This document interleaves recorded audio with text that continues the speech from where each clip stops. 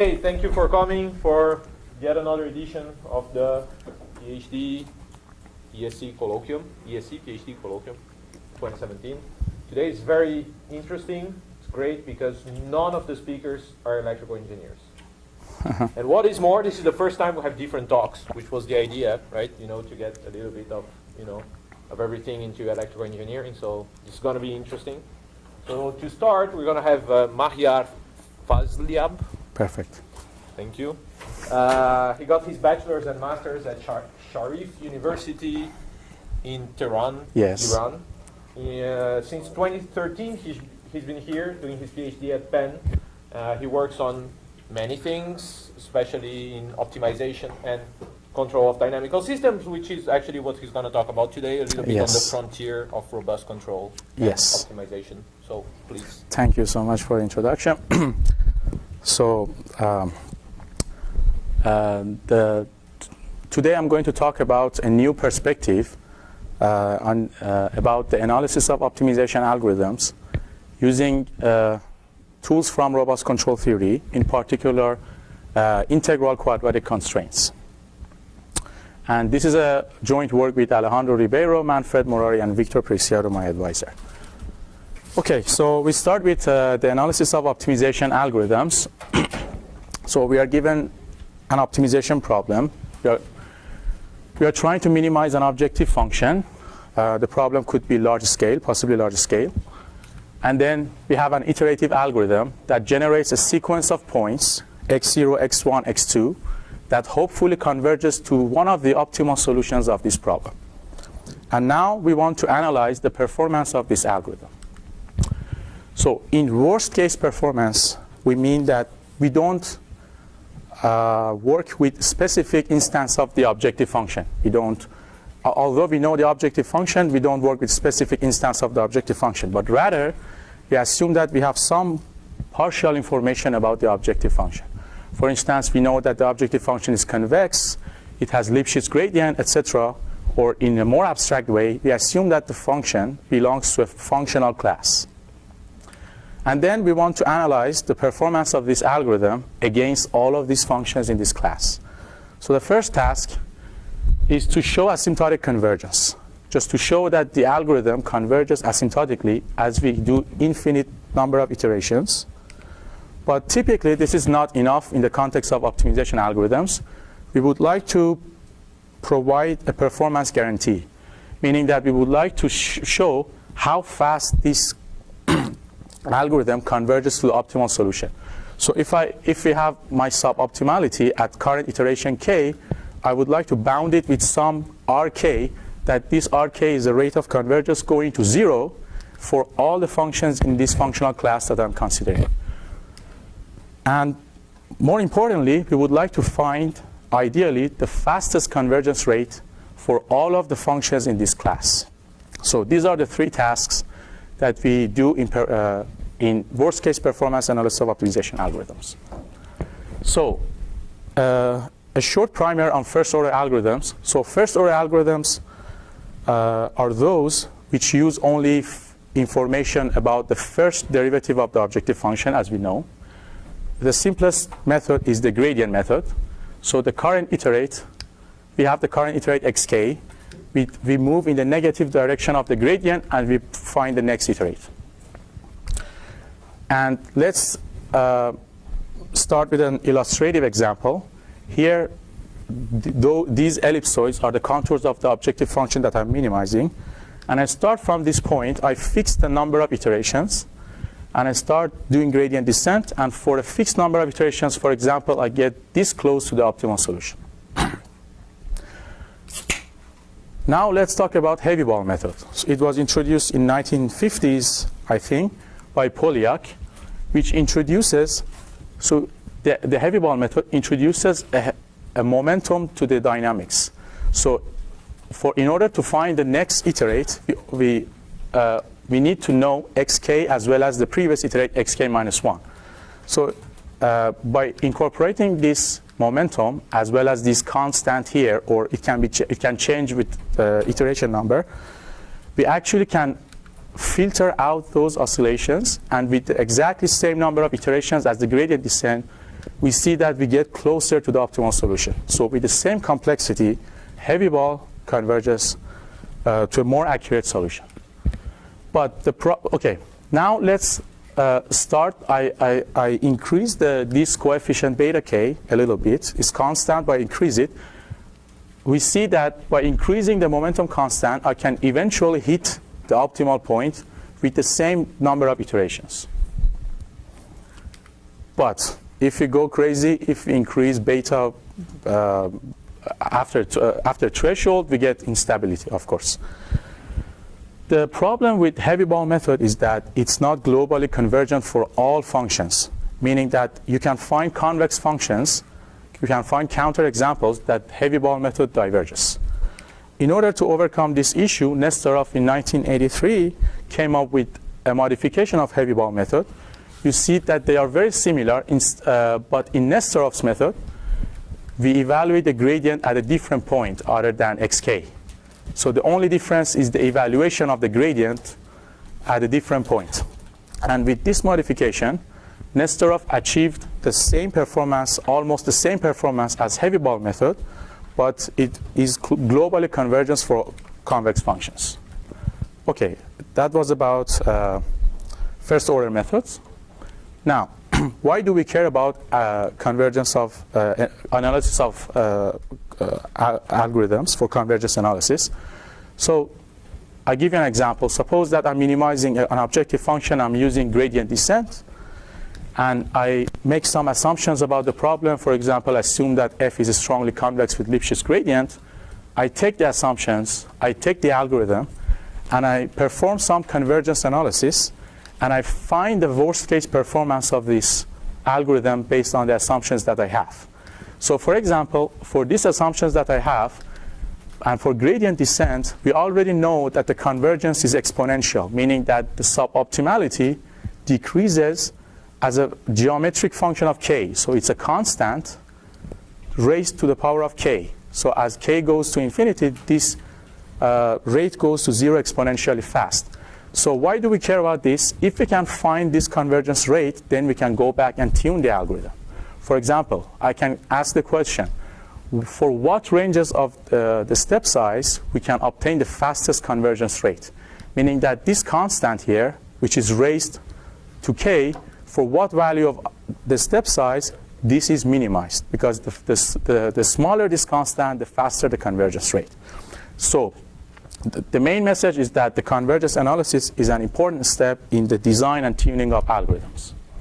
Okay, so what is the current practice in the tuning and in the analysis of algorithms is that when you change the assumptions about the problem, or when you change the algorithm, the whole convergence analysis breaks, and you need to do a new path for convergence analysis. For example, if I just take the gradient descent for unconstrained programming, if I assume a strong convexity and Lipschitz gradient, then I do some convergence analysis, call it number 1, I get some rate.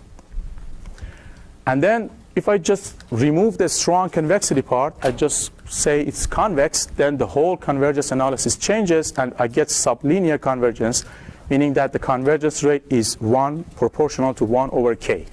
It's much slower than exponential convergence rate. So in summary, the convergence analysis is performed on a case-by-case basis. It's not principled, it's not mechanical. For every algorithm, for every assumption that you make, you have to change your convergence analysis. So the natural question to ask is that, can we do better? Meaning that, can we come up with a unified framework that if you change the algorithm and if you change the assumptions, you have a bunch of assumptions and you have a bunch of algorithms. For any selection of the algorithm and assumption, can you just use the same tool to provide worst case performance guarantees? And this talk gives an affirmative answer to this question. And I'm going to give the main result. This is the most important slide. So I'm given an optimization problem. For simplicity, I assume on constraint. So there's no constraint on x. And then I give a set of functional assumptions about the objective function. Again, no specific expression for f, but I know that f satisfies some favorable properties. And then I'm given a first order algorithm, iterative algorithm, that generates this sequence of decision variables. And then I define a rate generating sequence. I define a sequence, we'll call it AK, which is non-negative and increasing. So A0, A1, A2 up to AK, indexed by the iteration number of the algorithm. And this is the main result, is that you give me the algorithm and the set of assumptions on the objective function. I take these two information, I construct an LMI, a linear matrix inequality, whose decision variables are now this rate generating sequence AK. Meaning that if you can find a feasible solution to this LMI, you see that this LMI, the variables that appear in this LMI is the sequence AK. If you can give me a sequence of AKs that satisfies this LMI, then you have already established a convergence for the algorithm, and the convergence rate is proportional to 1 over AK, so that when AK goes to infinity, AK is an increasing sequence. In particular, if it goes to infinity, then you have shown that the algorithm converges proportionally at the rate 1 over AK.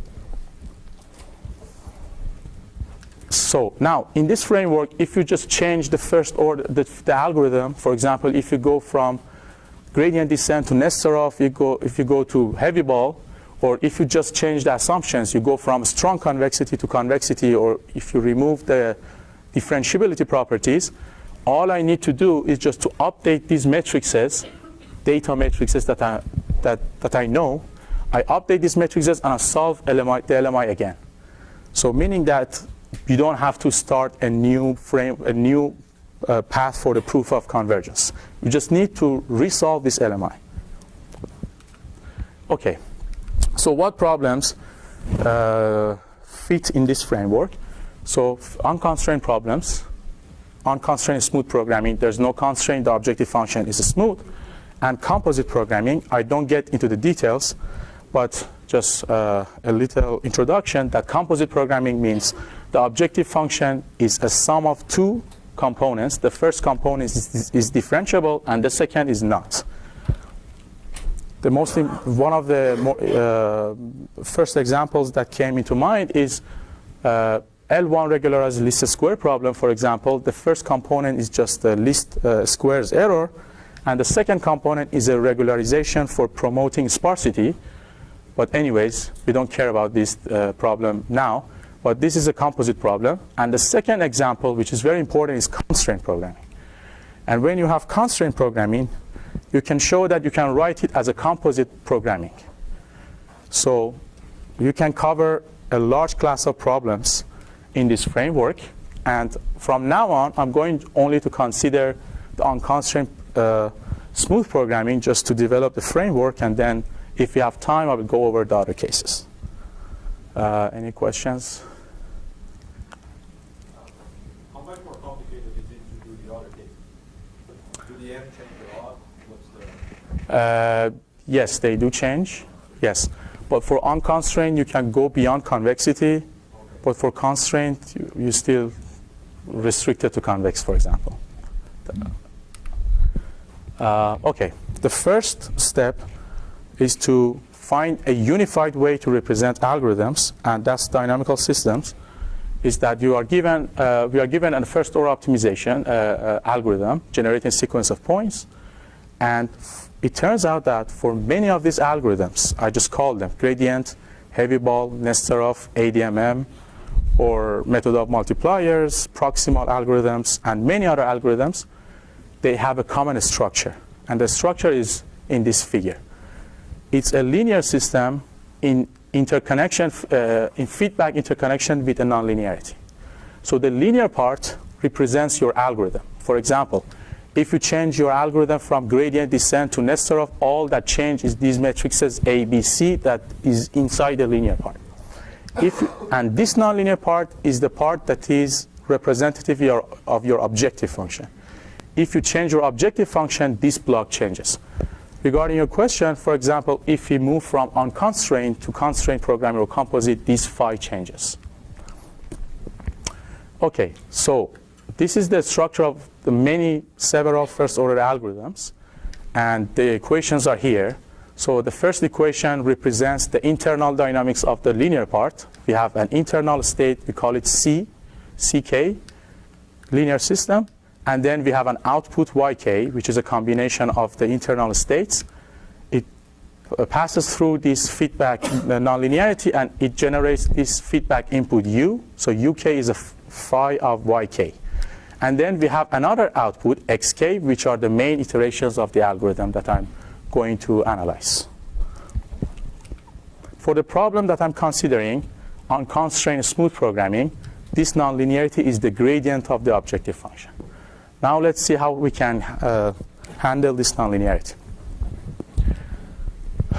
Just a quick 3 examples. For example, if you take gradient descent, you can find easily matrices A, B, C, and the nonlinearity is the gradient of the function. The internal state is just xk.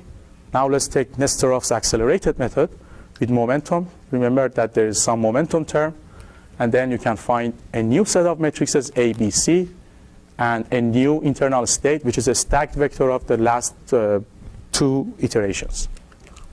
And heavy ball method, again, a new ABC. Just a quick comparison. If you compare heavy ball with Nesterov, you see that A's and B's are the same, and all changes is C. But the performance of the algorithm totally changes. You recall that heavy ball was not stable, globally convergent, but Nesterov is. But the difference is only the matrix C. Okay. I start with a simpler problem where we have quadratic problems. Where we have quadratic problems, what happens? It means that this phi, which is the gradient of the function, becomes a linear function, or more precisely an affine function. Then the system that I'm analyzing in the state space form becomes totally linear. So we don't have any nonlinear component. So we already know from control that we can how to handle these systems by quadratic Lyapunov functions. So we define a quadratic Lyapunov function with a positive definite matrix P that I don't know. I want to find a proper P so that this V, this Lyapunov function, behaves like an energy for this algorithm, so that when the energy goes down to 0, we can prove convergence. So this is already known that, for example, we would like to show that the algorithm or our dynamical system converges exponentially. We need to solve a Lyapunov equation. So there is an LMI here. You give me the matrices A, B, K, and C, and the variables that I'm looking for are these matrices P that defines my Lyapunov function, and a contraction factor rho, which is between 0 and 1. If I can find a pair that satisfies this LMI, P and rho that satisfy this LMI, then I can directly conclude that the Lyapunov function is decreasing exponentially fast. And you can easily verify this by left and right multiplying this LMI by this vector, the distance from the optimal solution. The main limitations about this method, even in the quadratic problem, is that the first limitation is that when we transition from linear feedback to nonlinear feedback, this STP framework no longer works because the system overall is not linear anymore. And the second problem, even with quadratic problem, is that even the system is linear, we might get convergence rates other than exponential. This is something that is rarely considered in control theory, because in control theory, people either consider exponential or asymptotic. There's nothing in between. But in optimization, people care about convergence rates in between. So we may have subexponential convergence rates. So this framework, old framework, even for quadratic problems, fails. Okay, so now, sorry.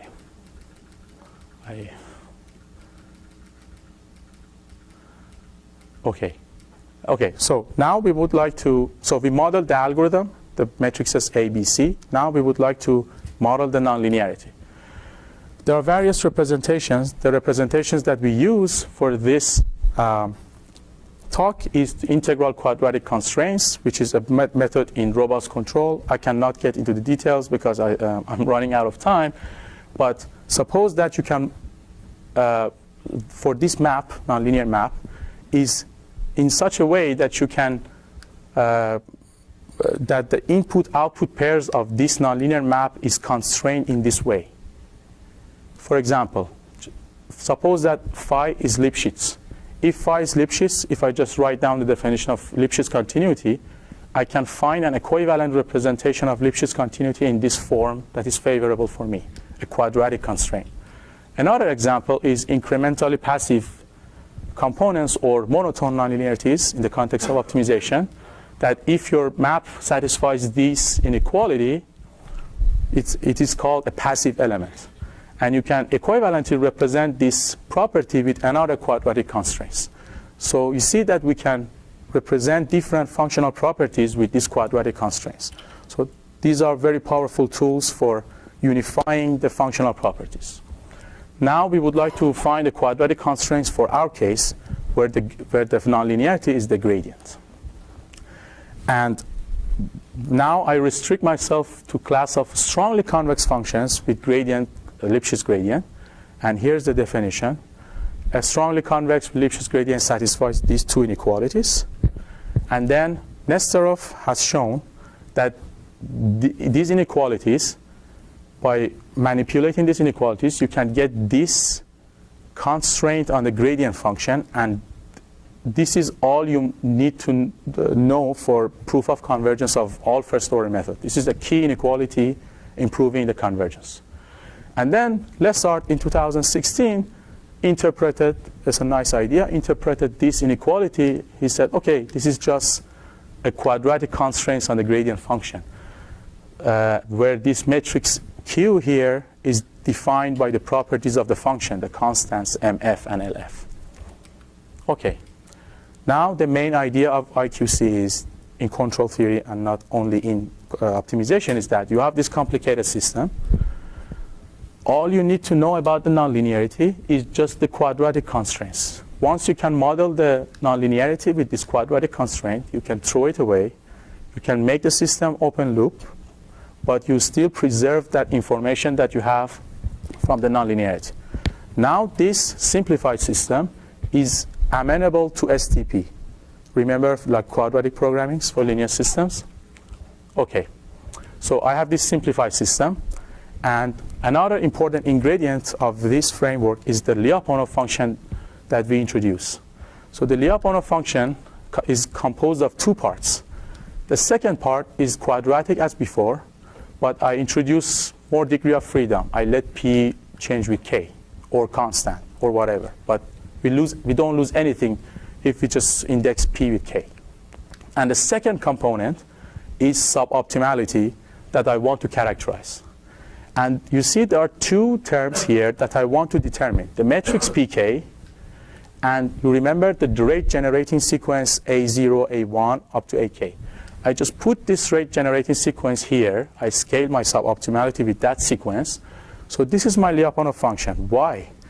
Because if you can just show that your Lyapunov function from one iterate to the next decreases, and then if you just substitute the value of the expression for the Lyapunov function in this expression, you can show this inequality, that your suboptimality is proportional to 1 over AK. So by this way of defining the Lyapunov function, the idea is all I need to do is to show that this Lyapunov function is decreasing. And then I can use STP again, because thanks to IQC, right? And the goal, remember, was to determine this matrix PK and this sequence AK. The goal is to find those. And again, the main result, the idea, so the LMI that is sufficient for this condition to hold, the Lyapunov function, the energy of the system to go down, this LMI, which so in this LMI, the sequence AK and that matrix PK appear. And then if this LMI is feasible, then I can show 1 over AK convergence rate. And then, as I said at the beginning, these matrices in the LMI are determined by the data that you have. Matrices A, B, C, E are determined from the algorithm, and this matrix Q, the matrix of the IQC, is determined by the functional assumptions.